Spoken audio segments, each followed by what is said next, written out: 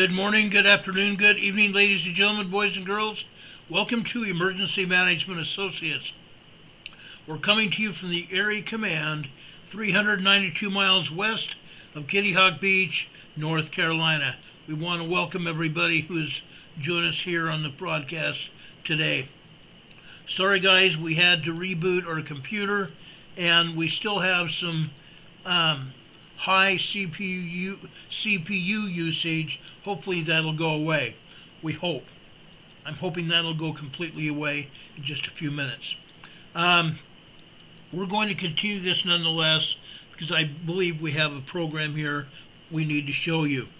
I'm going to go into earthquakes in just a few minutes. However, I want to first talk about what's going on literally all around the country and around the world. CPU usage, hopefully that'll go away. We hope. I'm hoping that'll go completely away in just a few minutes.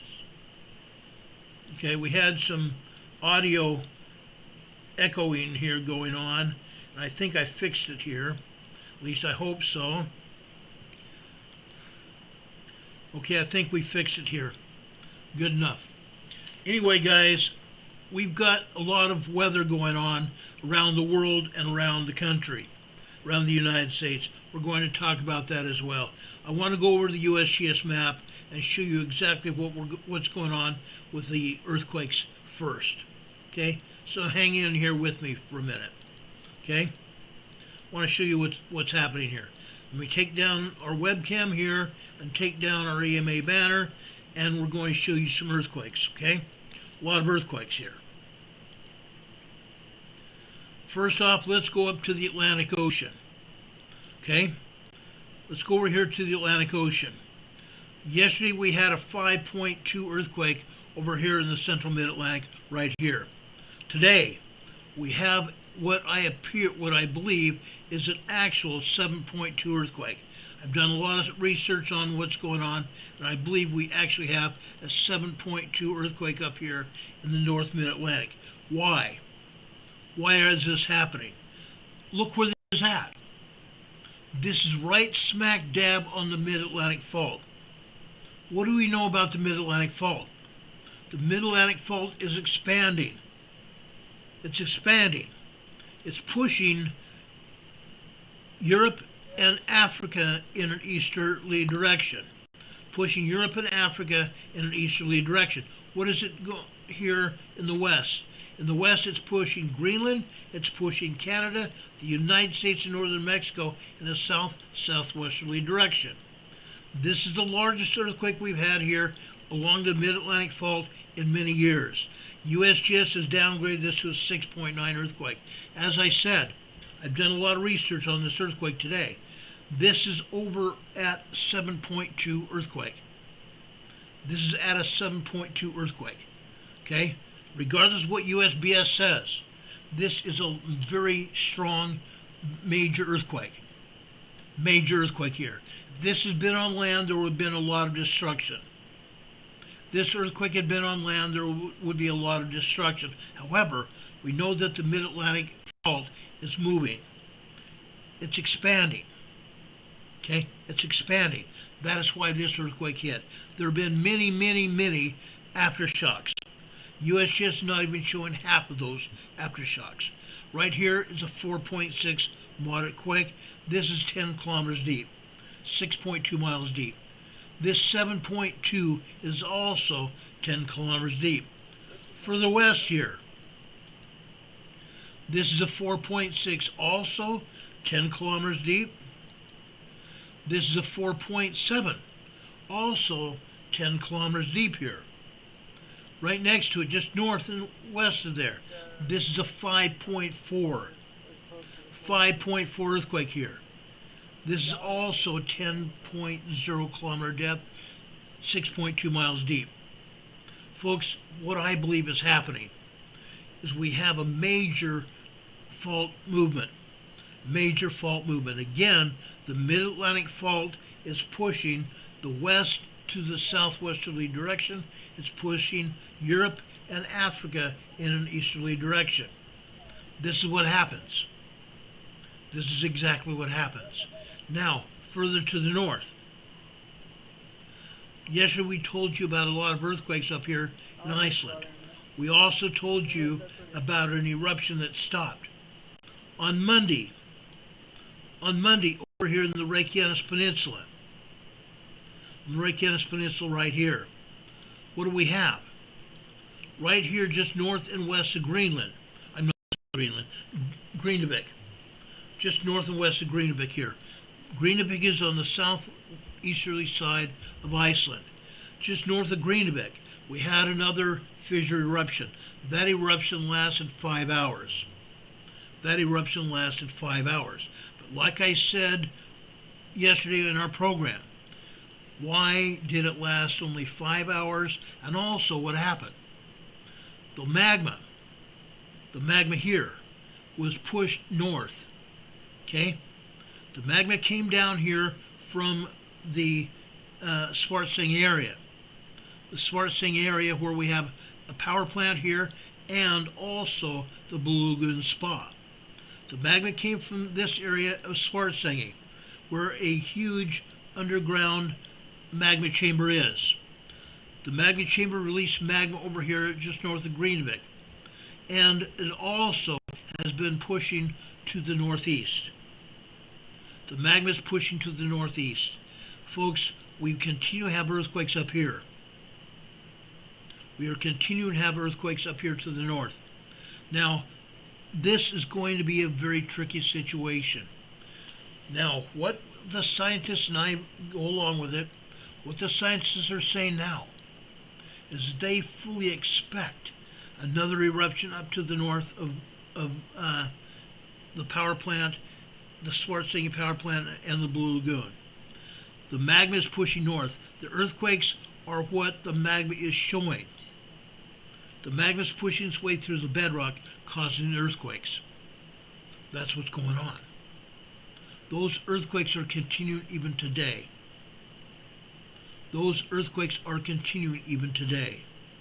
Okay?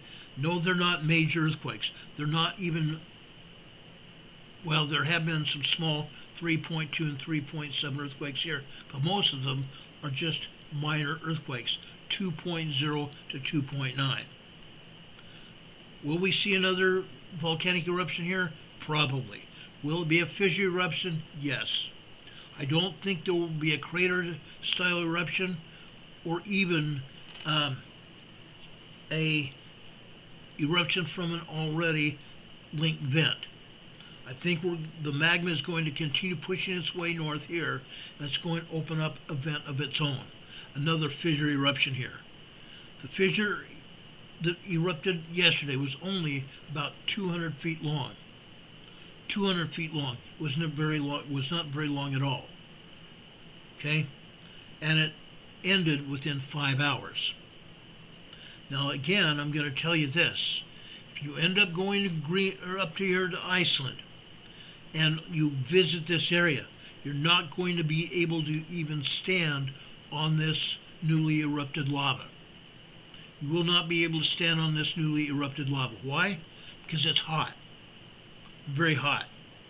You might even break through the hard lava cone on top of it. Just like an ice cream cone. Inside the cone you see ice cream. Inside the lava field there's hot magma beneath it. You're not going to be able to stand on it or get near it. But the lava is cooling. It's got a hard outer shell, but it's got hot magma underneath it. Or not magma, hot lava underneath it. Okay? That's what's going on here in Iceland. They're continuing to have earthquakes, but things are calmed down for right now. Okay? So we don't have any more major earthquakes here in Iceland. But a major earthquake down here in what they call the Reykjanes Fault. Mid-Atlantic Fault here. Right here. The Reykjanes Ridge. Here. On the Mid-Atlantic Fault. That's the largest earthquake of today. Over here in South America. This is Calama, northern Chile. Here. Calama, Chile. This is a large 5.0 earthquake. It's also 110 kilometers deep. Still a fairly shallow earthquake. Fairly shallow earthquake. Another earthquake down here further to the south. Guess what? This is south of New Zealand. Way down here south of New Zealand. It's in the Balleny Islands over here on the southern Pacific Antarctic Ridge. The southern Pacific Antarctic Ridge. This is a 5.6 very large earthquake. It's away from any land element, so it did not cause any damage. But it's over here on the Antarctic Ridge, just north of the Antarctic pole here, which is iced over. Okay? Further to the north, there's another 5.1 earthquake up here in the Kermadec Islands, the northern Kermadec Islands. Okay? The Kermadec Islands belong to New Zealand. Here, there are no human beings that live here. The only things that live here are birds. It's a bird sanctuary. 5.1 earthquake here in the Kermadec Islands. This is 10 kilometers deep as well, 6.2 miles deep. Further north, this is southern Fiji. This is a 4.3 earthquake in southern Fiji. This is a deep earthquake. This is a deep earthquake. This is 555 kilometers deep. That's a deep earthquake. As a result of this deep earthquake, it's going to propagate or birth a large earthquake, a larger, more shallow earthquake.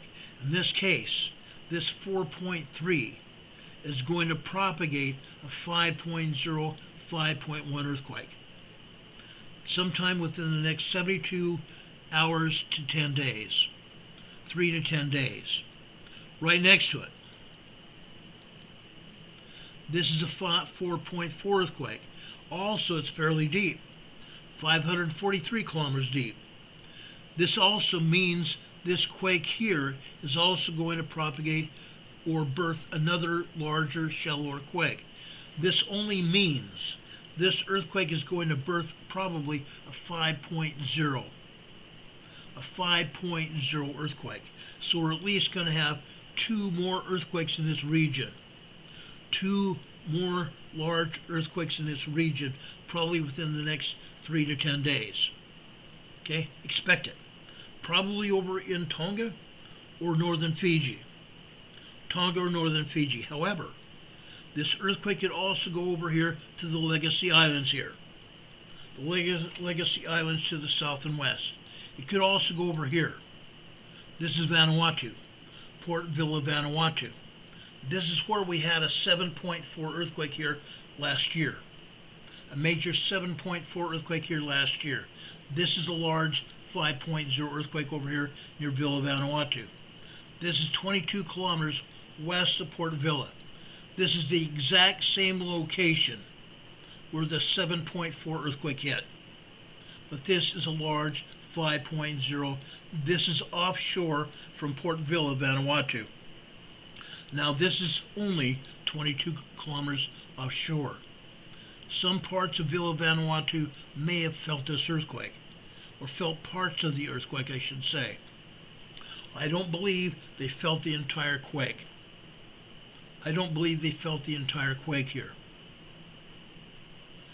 Sleeping Volcano is here in the chat. She's telling everybody she's having a very hard time with her hands and fingers. She's sending loves to us all. Sleeping Volcano, we love you. We appreciate you being here. Take care of yourself. We're praying for you.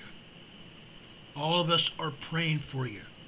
We appreciate you very much. Sleeping Volcano has been making sure and directing a earthquake and volcano messenger thread for several years now.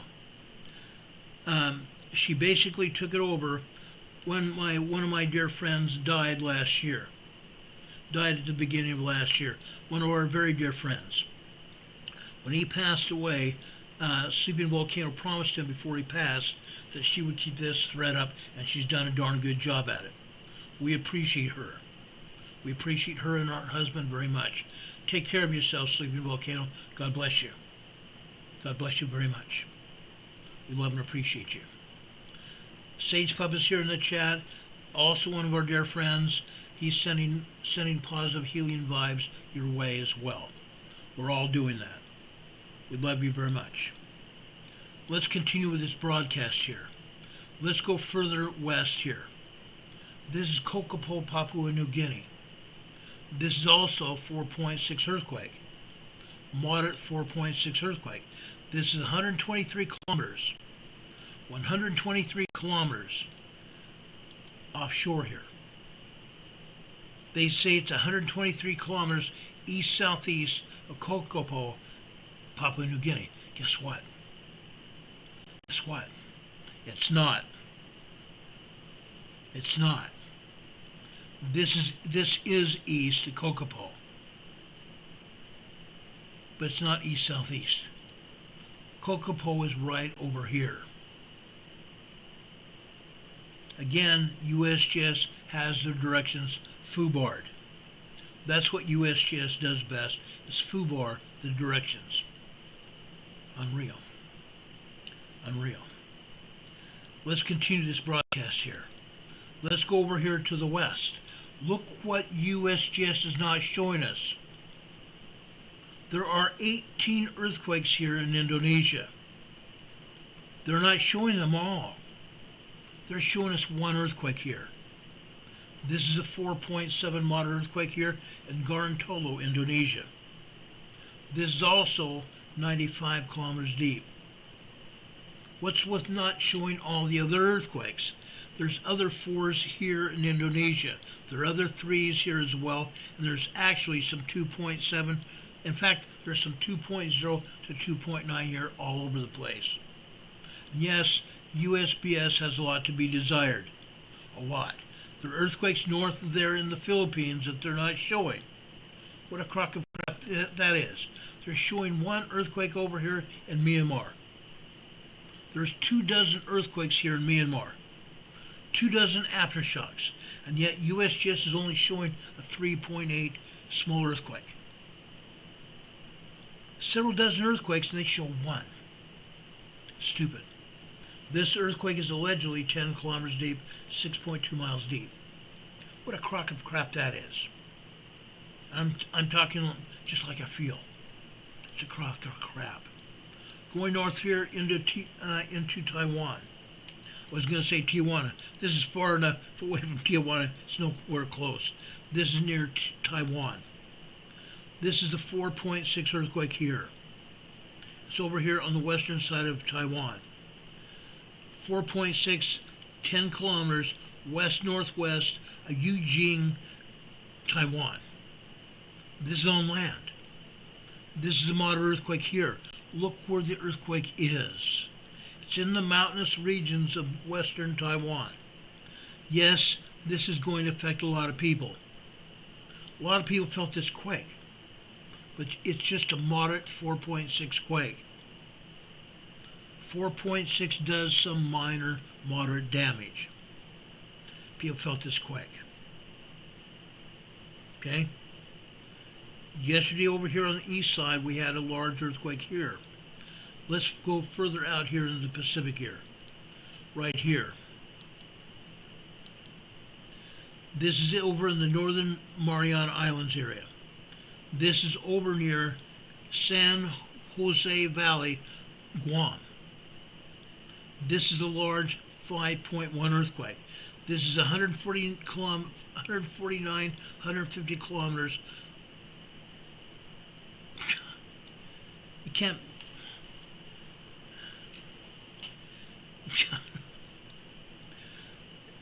It's incredible, guys. I'm laughing. Look where this earthquake is. Guess where Guam is? Guam is all the way down here. USBS is telling us that this is east-southeast of Jose Village, Guam. Guess where it's at? It's a large 5.1. It's northeast of San Jose Village, Guam. 149 kilometers away. What a joke USGS is. Stupid idiot. Stupid cotton-picking idiots over at USGS. Now, it's not the everyday secretaries or employees of USGS. It's management. It's all management. Why am I saying that? Why am I saying that? Because it's the politicians of our country. It's the politicians of the United States that are telling the managers what to say and what to do. They're not even giving us accurate descriptions of the earthquakes. They're not giving us adequate descriptions of the earthquakes. They're not even giving us accurate locations of the earthquakes. They don't want anybody to know what's going on. But guess what? There's people like myself that's telling everybody what's going on, which really gripes me, because YouTube is still preventing us from reaching other YouTube people here on YouTube. They're suppressing our channel. They're not even telling a lot of you when we're coming on the air. They're not notifying you when we come on the air. It's very disappointing. And as a result, our viewers here are limited. The number of viewers here are limited. Unreal. USBS does what they want to do. YouTube does it as well. Okay?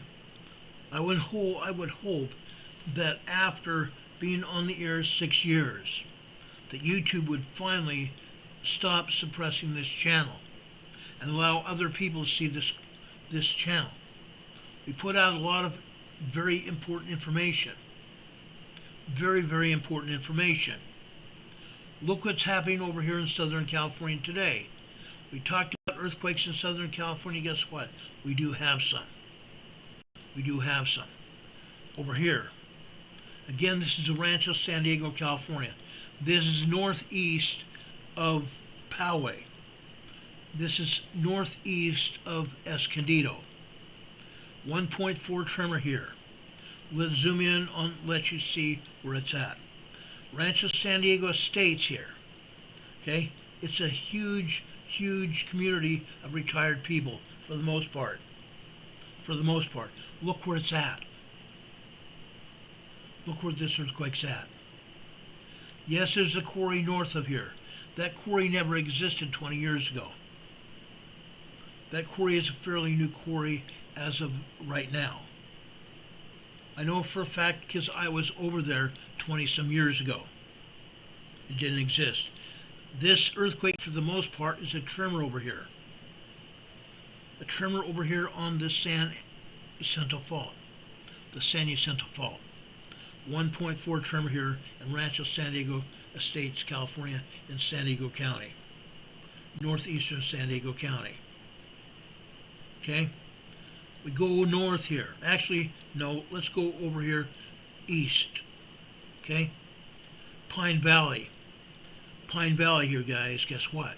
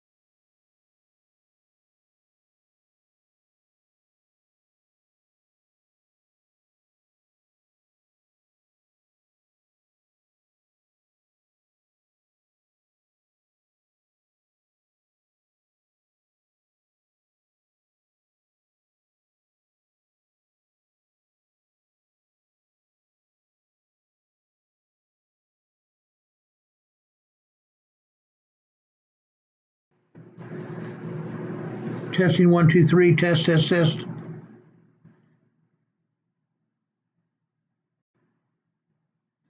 Testing 1, 2, 3. Test, test, test. Guys, do I have sound? Berlinda says she has sound. Awesome. We're back. Hey, Arnold. I got my audio back now. Thanks, partner. Bye. Okay, guys. Thank you, guys. Appreciate you calling me. Don says 5 by 5 as well. Great. Picoy says now we can hear you. Thank you so much. Okay, I'm real. Again, this earthquake is just a 1.8 tremor here out east of the Imperial Valley. It may also be part of the Imperial Valley here, but it's just a great big huge quarry where they're mining borax for soap, just like they do over near the Garlock Fault to the north. Incredible. Incredible. This is what's going on here in the southern part of California. Another earthquake again down here to the south in Rancho, California, San Diego County, North San Diego County here. Now, there are other earthquakes here. We're not going to take a great deal of time to talk about earthquakes here tonight. I'm not going to do it.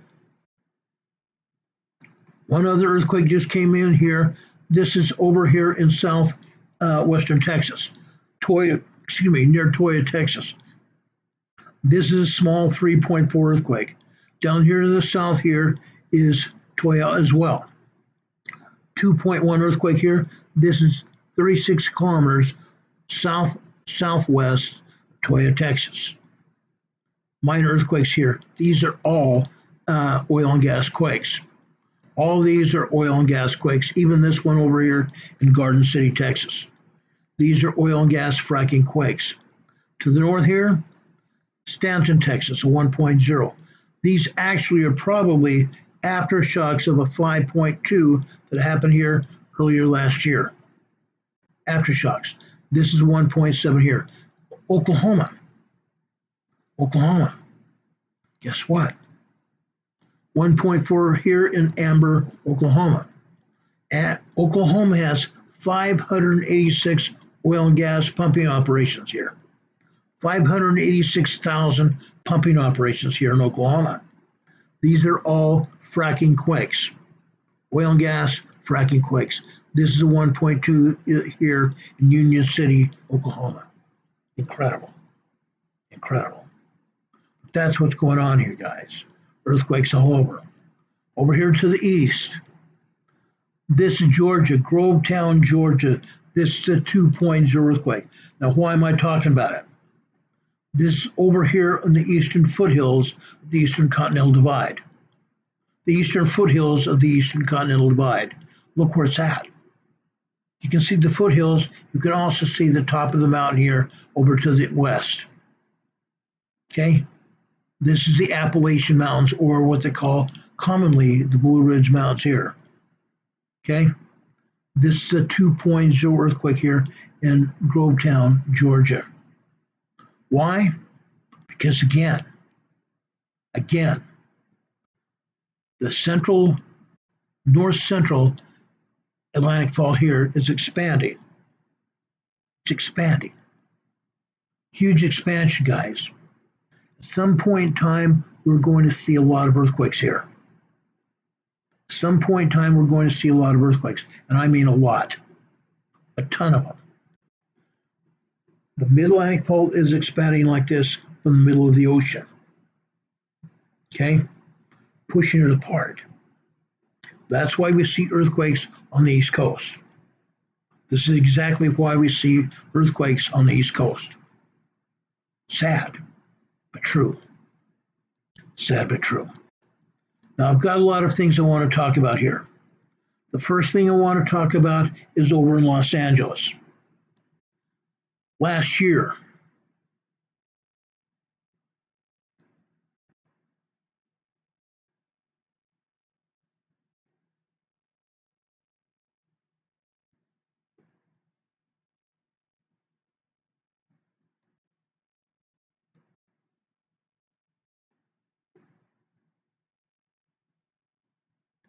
doggone it, Okay, let me see if I can recover this video. I think it's important to show you. Hold on a second.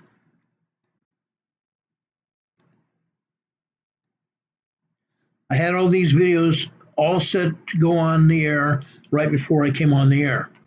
And all of a sudden, they disappear. They show a bunch of eggs. Of all things, they show a bunch of eggs.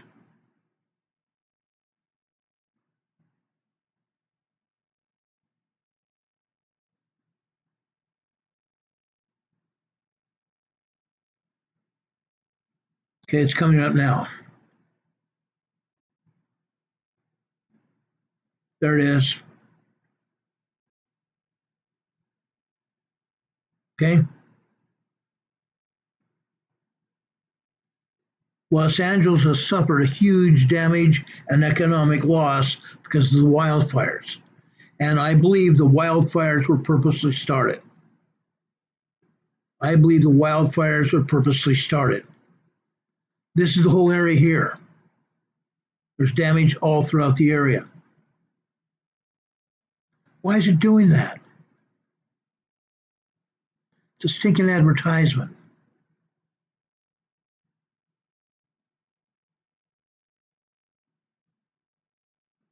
Well, let me take it down. It's not going to do anything now. There's been a significant loss of money, economic loss, and everything else over in Los Angeles. Huge, huge. What happened? Newscum. No, his name is Newsome, but I call him New Scum because that's exactly what he is. What happened in Los Angeles?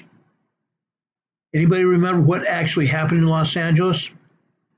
Wildfires erupted. But prior to the wildfires erupting, guess what happened? Newscum drained 2 major reservoirs in that area.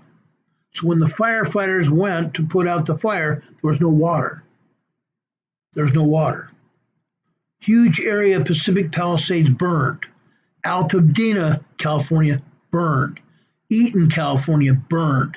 Large neighborhoods were burned to the ground.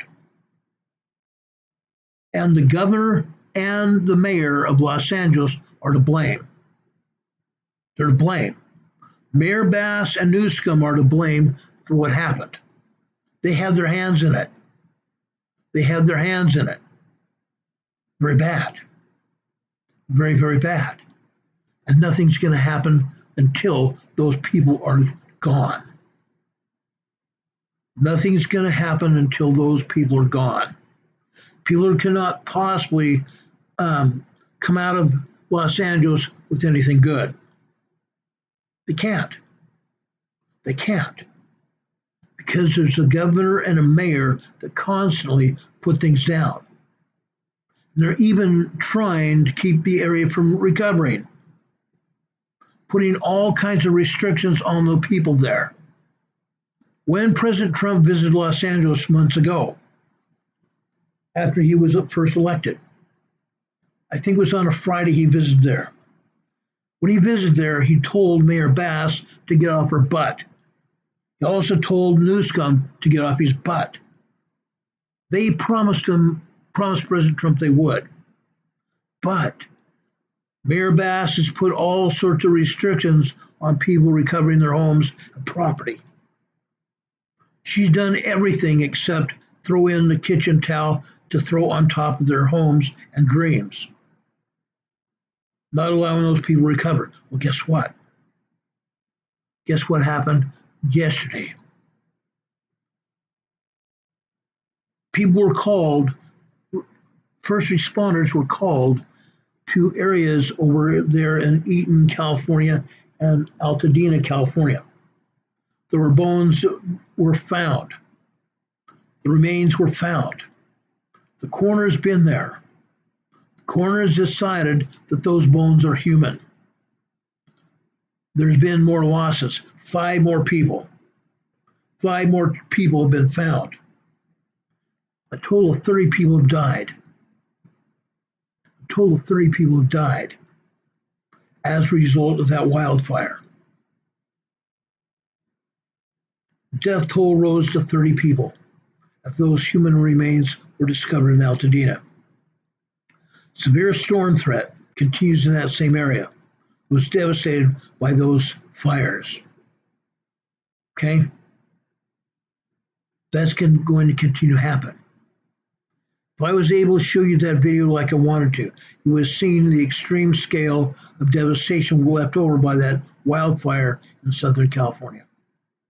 The death toll from the devastating wildfires that tore through LA County earlier this year climbed to 30 after human remains were found yesterday in Altadena.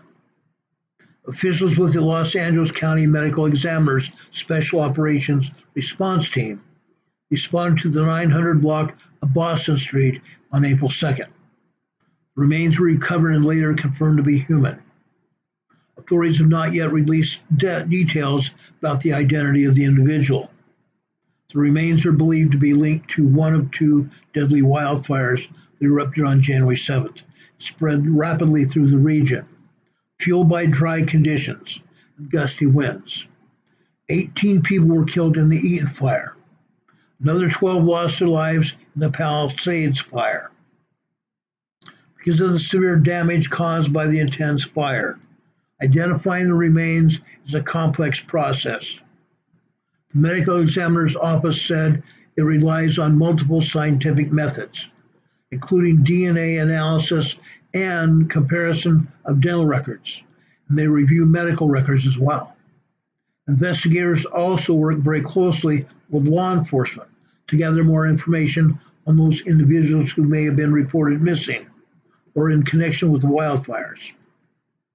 Due to the complexity of these methods and the process it takes, it might take considerable time to confirm the person's identity in a lot of these cases. That's what the medical examiner's office said. It's going to take some time.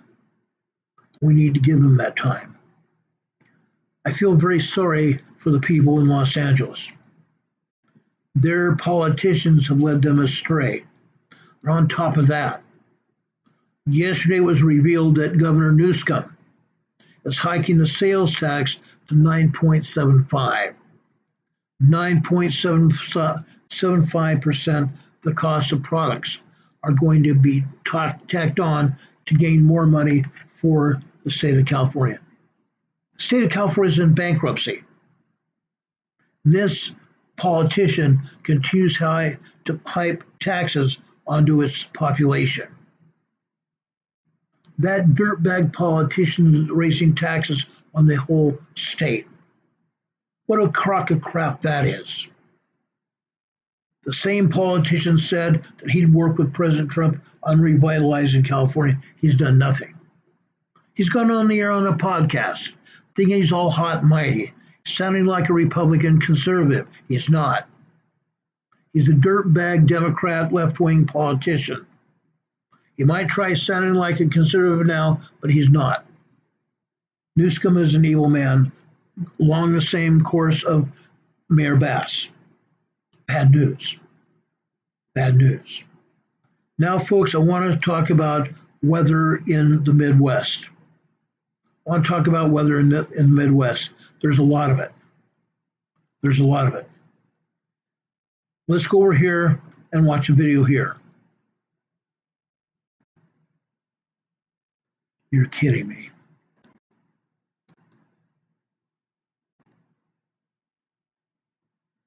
Ah, shoot.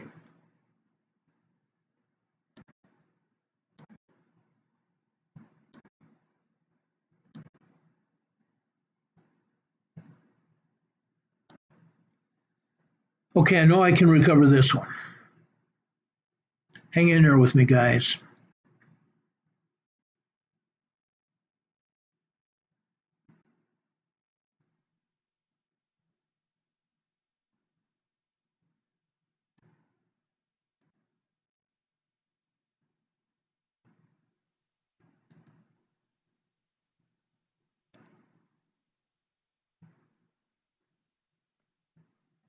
You're kidding me.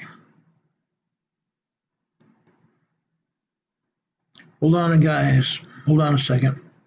There is audio with this video, and I've got to go in here and figure out why.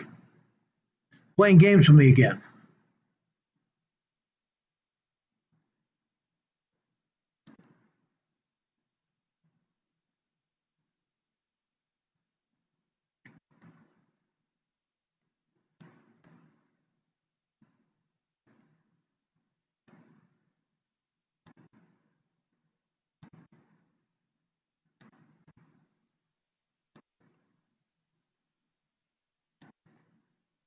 Okay, guys.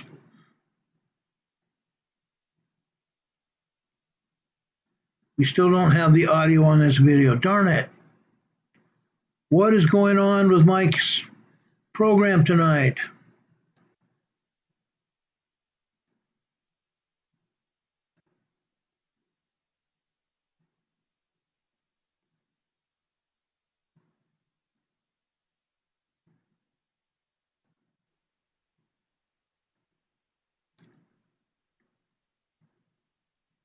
Hey guys, I'm so sorry.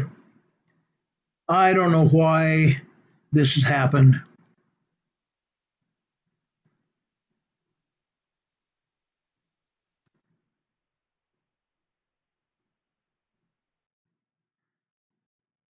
We don't have any audio with these videos for whatever reason. I don't know.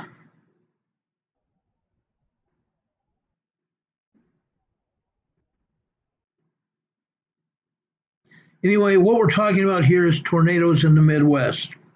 A lot of tornadoes in the Midwest here, okay? Between last night and this morning, there have been 7 storms passed through this area. 649 severe storms. 649 severe storms. 340 tornado warnings. 340 tornado warnings. There are confirmed tornadoes on the ground as well. Over 90 tornadoes on the ground. These tornadoes are in Indiana, Missouri, Arkansas, going over into Mississippi, Kentucky, Tennessee. All throughout this area of the Midwest, severe tornadoes hit the ground. One such tornado was 18.6 miles long. 18.6 miles long and 74 meters wide. 700 yards. 700 yards, guys. Incredible. This tornado racked devastation all over this area. Huge devastation all over this area. You can see the devastation here. Completely flattened buildings. Completely flattened buildings. Again, 649 severe storms, 340 tornado warnings, confirmed tornadoes on the ground, 90 tornadoes on the ground. Incredible. Completely incredible, guys.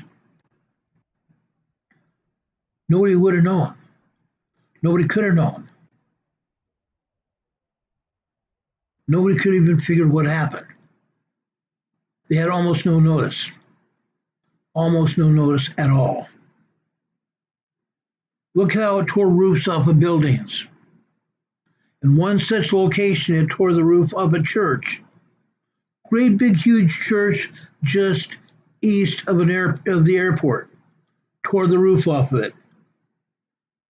They let the tornado let the ceiling and the roof fall back down onto the building, crushing it. Incredible. Complete devastation, guys. Complete and absolute devastation in this area. Craziness. Craziness. The Midwest is still bracing for storms right now. I can't shoot that video because it's not ready now for whatever reason. I had it ready right before we went on the air, but it's not ready now. You're going to have to let me talk about what's going on.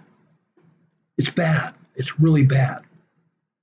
The National Weather Service is confirming multiple tornadoes touched down across southwestern and northwestern Indiana, Oklahoma, Missouri, Arkansas, Kentucky, Tennessee, Mississippi, Arkansas, and Louisiana. 8 states. 8 states. Now, it's also bringing severe storms, rain, and flooding. Flooding kills more Americans than tornadoes, hurricanes, or lightning. Now, what am I going to talk about now? What do you think I'm going to talk about now? Along with all that rain and devastation, we need to be prepared. We need to be prepared for whatever happens. because it's going to happen to all of us. Flooding kills more Americans than tornadoes. Central Indiana is at an elevated risk for flash flooding due to heavy rain that is expected to come over Indiana during the next several days. While tornadoes and hurricanes are shocking, flooding is the most dangerous severe weather risk for Americans. According to the National Oceanographic and Atmospheric Administration, 88 Americans die every year from flooding, compared to 71 people killed by tornadoes, 45 killed by hurricanes. In 2024, at least 166 Americans were killed by flooding. Central Indiana is at an elevated risk for flash flooding due to very heavy rain. At one point last night, they were getting 3/4 of an inch an hour. That's huge. Heavy rain. It's expected to still come over during the next several days. While tornadoes and hurricanes are shocking, flooding is the most dangerous severe weather risk for Americans. Incredible. Incredible. Damage from flooding is equal to severe. In 2023, a U.S. Senate committee estimated that flooding causes more than $180 billion in damage every year. $180 billion in damage every year. In 2024, the cost may have been as high as $496 billion. As dangerous as flooding can be to life and property, there are steps that each of us can take to prepare and recover after the fact. How do we prepare for flooding? Flooding is dangerous, as I told you. It's very dangerous to people and property, but there are some things we can do to prepare for potential flooding. Make sure storm drains around your homes and businesses are empty. Don't let a bunch of leaves, debris, branches and such clog your storm drains or even anywhere near it. Let the water freely flow through the drainage areas. Make sure your storm drains are cleared. This includes trash, leaves, and sticks that can be blocking the drain. If the drain is blocked and you can't clear it, make sure you contact your local stormwater provider. In Indianapolis, that's a Citizens Energy Group, the CEG. If you see flooding in Indianapolis or near there, you can call 317-924-3311. If it is a life-threatening emergency, dial 911. You can inspect your gutters. Inspect your gutters and drain pipes to make sure they are also clear of debris and pointed in the right direction away from your house. If there's water that's going straight down the drain spout, it can flood your home and your home will get water damage. Your cinder block in your basement, if you have a basement, the cinder block will absorb water to a point. Then that water will leak through the cinder block into your home and cause damage. Concrete was only viable if the water doesn't flow around the concrete. That happens, water will seep underneath the foundation boards and get into your home. Be careful. Make sure your downspouts are pointed in the right direction, away from your home. Prepare an emergency kit. We've talked about this a lot. Prepare an emergency kit in case there's flooding. This should include bottled water and also non-perishable food. And a radio. How many times have we talked about a radio? An AM/FM weather radio. Can run on batteries or a hand crank.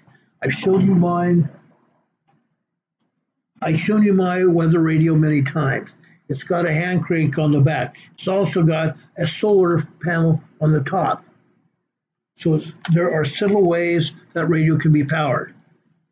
You can find information on our programs that have preparedness in the top of the program description. In the title of the program, if it says preparedness, you can find more information about emergency kits and emergency radios and emergency planning as well. Go to our past videos and look at the titles. That way you can find out what we talked about. Now, if flooding is likely, you can put up barriers like levees to try to keep the water away. You can take sandbags and sandbag your property. Sandbag your property around your home, around your windows, around the foundation, and even your doorways. Sandbag it, keep the water away. Flooding is likely. Cities and counties will often provide sandbags to help people prepare. The United States and all states, Department of Homeland Security, have guides how to fill and use sandbags. Go to your local state or your county agency and look on about sandbags. Give specific instructions on how to fill and get sandbags. Once the rain starts, keep an eye on any nearby rivers and creeks or low-lying areas. Watch for rising water, and you must evacuate if you need to. Evacuate if you need to. It'll save your lives and those lives of your family members. There are also upgrades you can make to your home to minimize damage from any flooding that does happen. You need to take seriously flooding. Safety considerations during flooding. Here are some flood safety tips. Purchase a weather scanner. A weather scanner. It gives you an idea about the weather coming to your area. Or you can go to the National Weather Service. They have weather information specific for your area. You can find it on NHWC.gov. Okay? NHWC.gov. NWS.gov. Okay? Be especially vigilant at night. Be especially vigilant at night. Last night, Carol and I had some heavy-duty weather hit us. The rain was pelting our windows. Carol, at one point in time, went to our patio door. The patio door was leaking like a sieve. I'm talking about the screen. The rain was pounding through the screen door. We never got any water into our home, but we had rain pounding on the screen door. Incredible. On the windows, you could hear it hit. Watch for severe flooding. Look out their windows and see, go up to your upper windows and see if you have flooding outside. You can tell. We saw heavy duty rain, but we saw no flooding. Okay? Heed all flood and flash flood warnings issued by the National Weather Service. Be especially vigilant at night. Many drowning deaths occur at night when it's difficult to see water crossing. Do not drive around barricades at water crossings. Don't drive around water on the roadway. Don't drive through water on the roadway, guys. Please do not drive through water on the roadway. 6 inches of water can float a car. 6 inches of water can float a car. If it's rapidly moving, your car will go floating down the creek or the riverbed. Okay? 2 to 3 inches of water can sweep you off your feet if it's fast moving. Don't cross flowing river. Don't cross flowing water at all. Driving through high water on the road is not a solution. Faster speeds will create less contact with the road surface and increase your chance of crashing your car. Driving through standing water may affect your brakes as well. Test your brakes at low speeds as soon as you exit the water. If you choose to abandon your vehicle, respect the force of the water flow. You may be swept off your feet. After you exit the vehicle, seek higher ground immediately. Be aware that road erosion may occur where there's running or standing water. The rain can penetrate underneath the roadway. It can cause huge holes develop in the roadway. Then what happens when there's a hole under the roadway? The road will collapse and your car will also go into the sinkhole. Don't do it. That is exactly why we have always told you, don't drive through flooded roadways. I've seen it happen. I've seen it happen on too many occasions. Okay? Be aware that road erosion may occur where there's running or standing water. Remember, 6 inches of water will reach the bottom of most car doors. 1 foot of water will float many vehicles. 2 feet of moving water can carry away most vehicles. If you find yourself stranded in floodwaters, remain calm and call 911. Again, if you find yourself stranded in floodwaters, remain calm and call 911. If you can safely do so, move to higher ground. But remember, 3 inches of water can float you off your feet. 6 inches of water will reach the floorboards of most cars. 12 inches of water will float your car down the road, down the creek, down the riverbed. Don't do it. What do you do when you want to recover from a flood? What do we need to do to recover from a flood? First, make sure you know that your insurance will cover flood damage. Damage from wind is covered by most insurance for homeowners, business owners, or even renters, but flooding normally isn't. FEMA offers its own flood insurance program. But be aware, FEMA has canceled most flood insurance in a lot of cases. FEMA does that. They do not want to become burdened by people that don't have flood insurance themselves. FEMA offers flood insurance, but check it first before your home has water in it or you get floods. Check with FEMA. You may even be required to have a policy depending on where your home is. May be required to have a policy where your home is.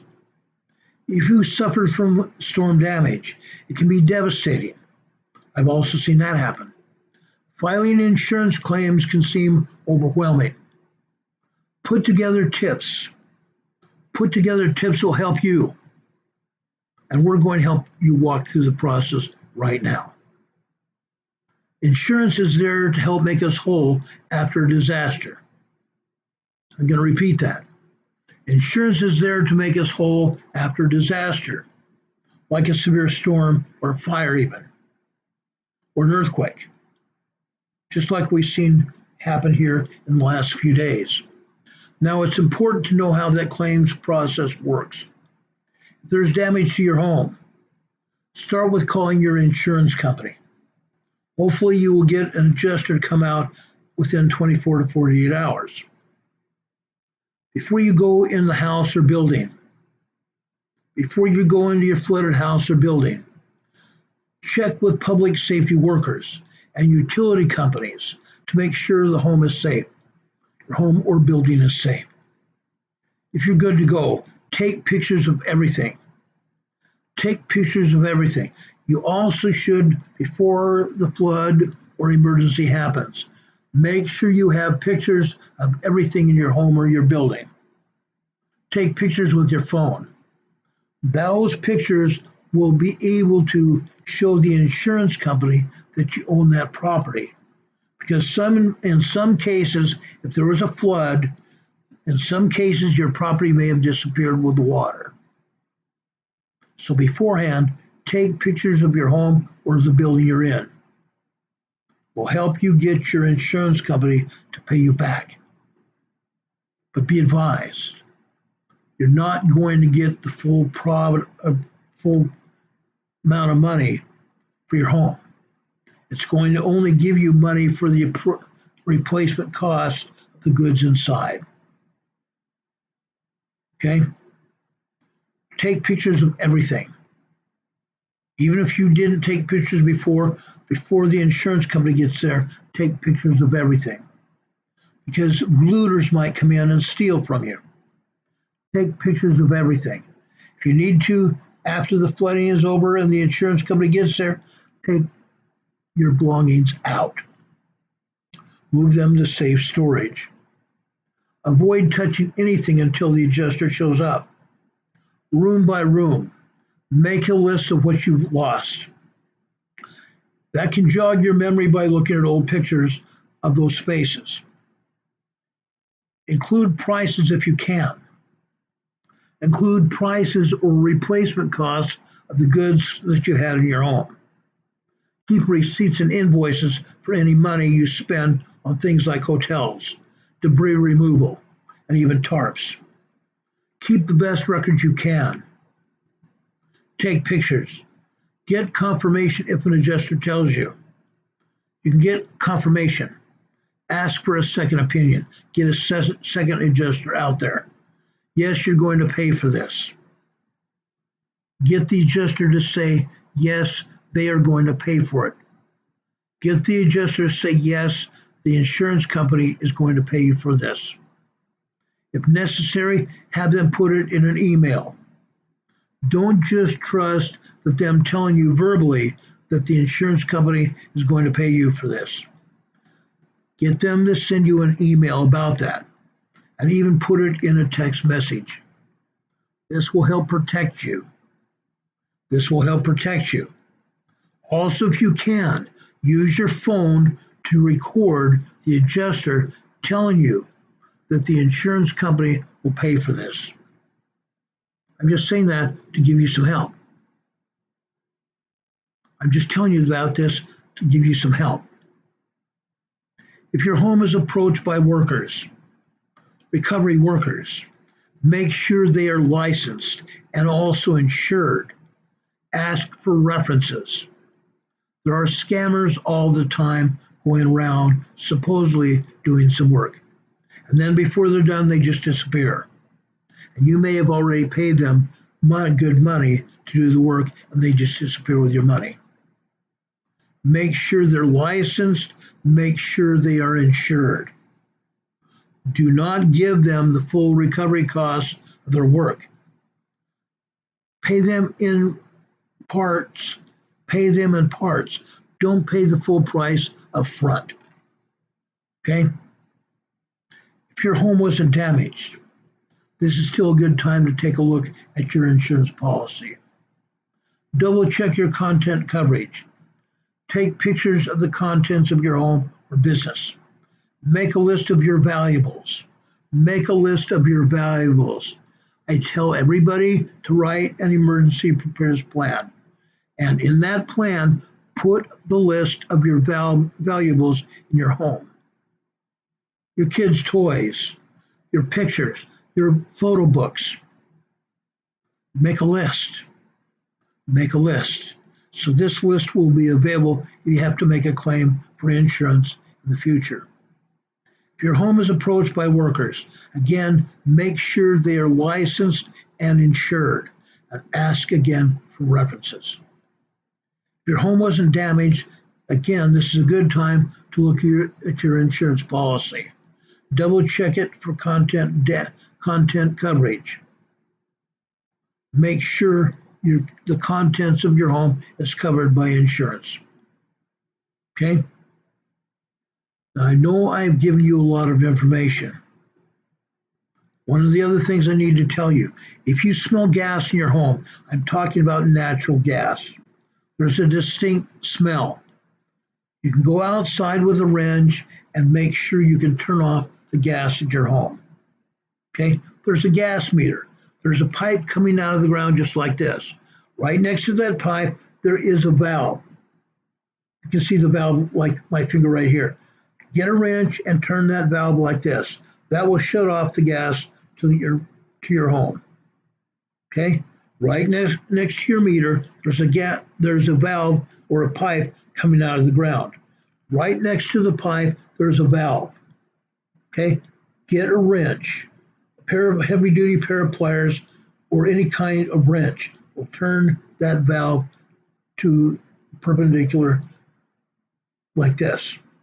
This will shut off the gas to your home. And then do not turn your gas back on until someone from your gas company comes out and takes a look at it. If necessary, have your fire department also come out. They will do that for you. They'll do that for you. Do any of you have any questions here? Renee Steffi is saying also here in the chat, floodwaters may be contaminated and hide trip hazards. That is another reason you don't want to go over in the water and just walk around. Tree branches, limbs, sticks, all kinds of things may be there in the water. Rocks. If you trip and fall, you're going to be swept downstream. Don't go through the water. Stay out of the water if at all possible. Okay, don't do it. Don't go there. Arnold Smith says you will owe nothing and you will be happy. This is a slogan becoming more true every day. You will own nothing and you will be happy. That's what the Canadian politicians are telling the Canadians in Canada. They want to make sure that the citizens own nothing.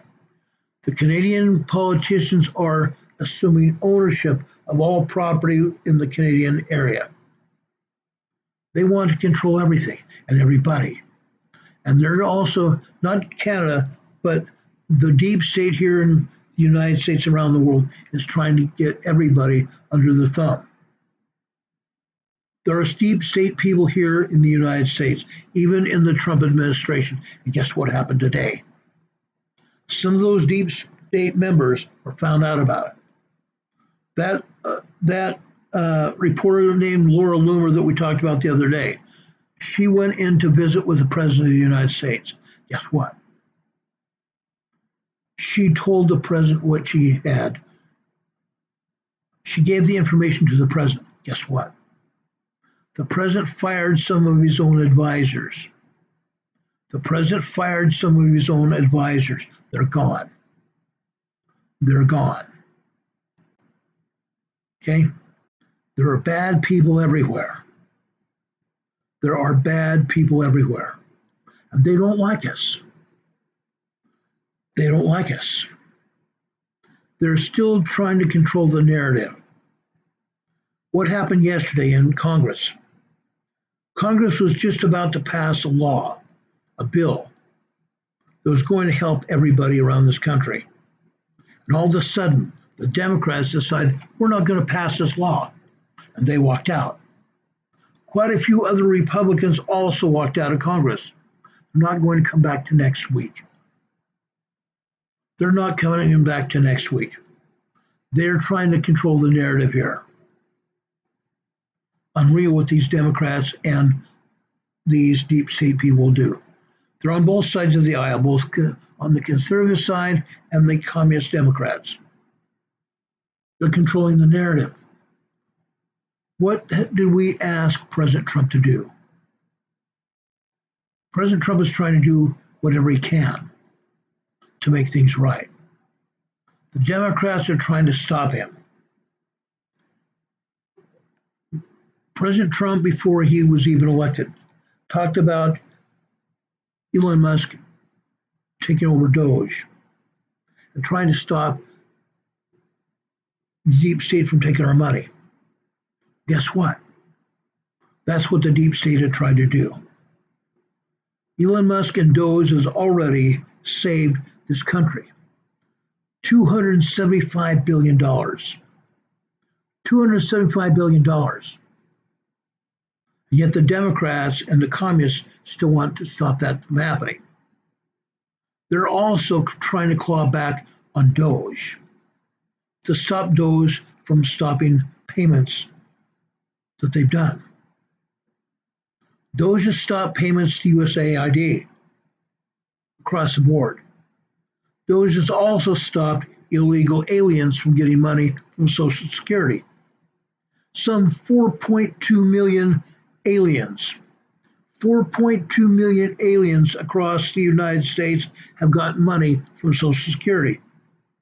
Elon Musk has stopped that. Elon Musk shut the money train off. But the politicians are trying to claw it back because they brought these illegal aliens into this country to vote for the Democrat Party. And in some cases, there are already illegals that have done that. There are already illegals that have done that were getting Social Security benefits and were signed up to vote. How does that happen?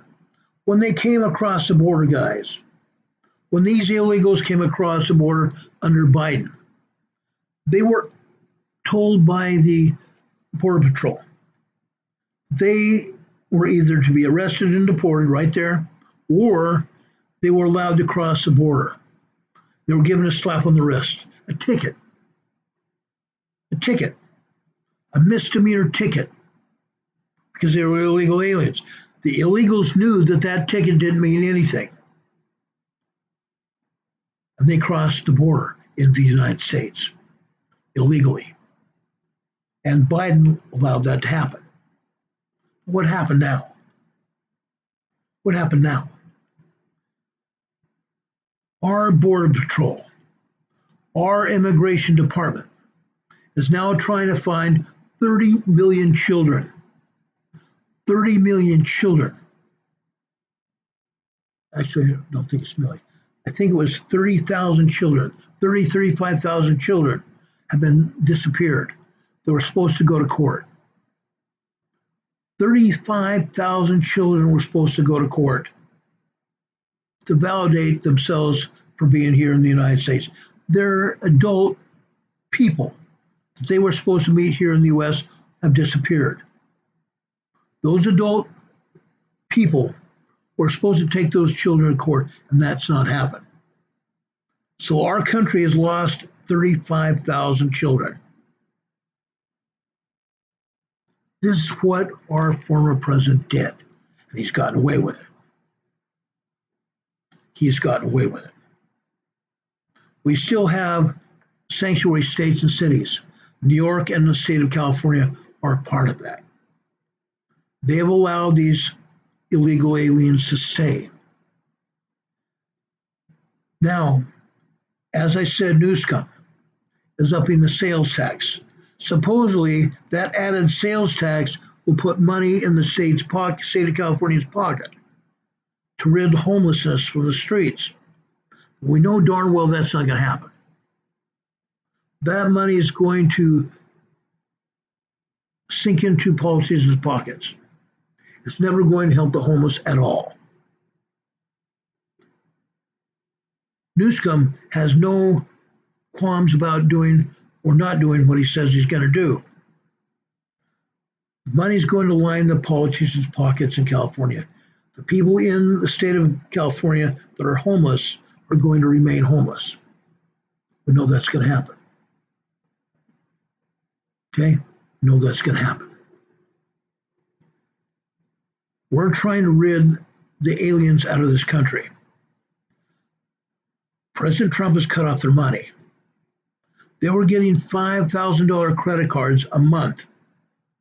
$5,000 a month. Where's that money coming from? Social Security. $5,000 a month. They were given cars.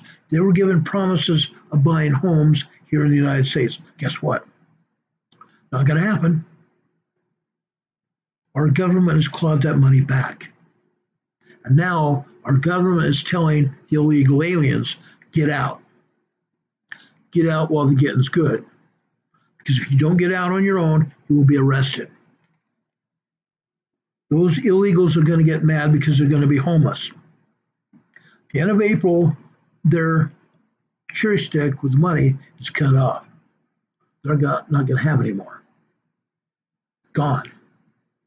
And they're going to wonder what happened. They're going to wonder what happened. It's gone. We hope it will stay that way. Hope it'll stay that way.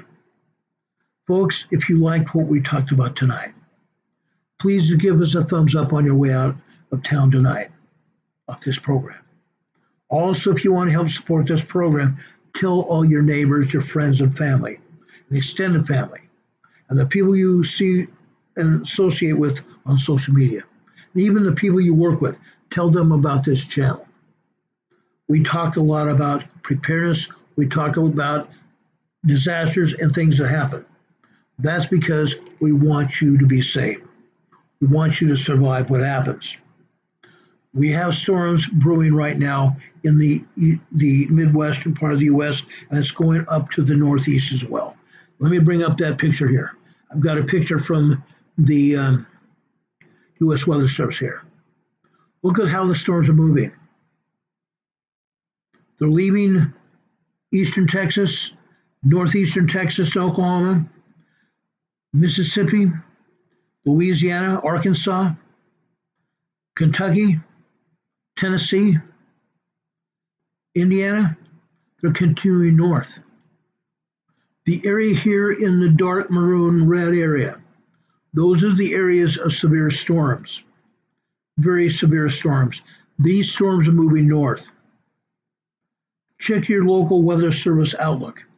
These storms are moving north. If you're in the way of these storms, take cover now. Take cover now. If you've got a tornado warning, take cover now. If you have a tornado watch, watch for severe weather. If it's going to harm you, make sure you take cover. Don't wait to be told to do so. Now, as I said before, these storms are severe. They're housing tornadoes. The tornadoes can kill. The tornadoes will damage your home, damage your business, and fleece the property. Take cover. Take cover, everybody. Be safe. 90 tornadoes have already ravaged the Midwest. There's going to be more. Do you have any questions? Do you have any questions? I know I've said a lot here, but I'm asking you if you have questions now. I'm more than happy to take any questions. There are no dumb questions. There are no dumb questions.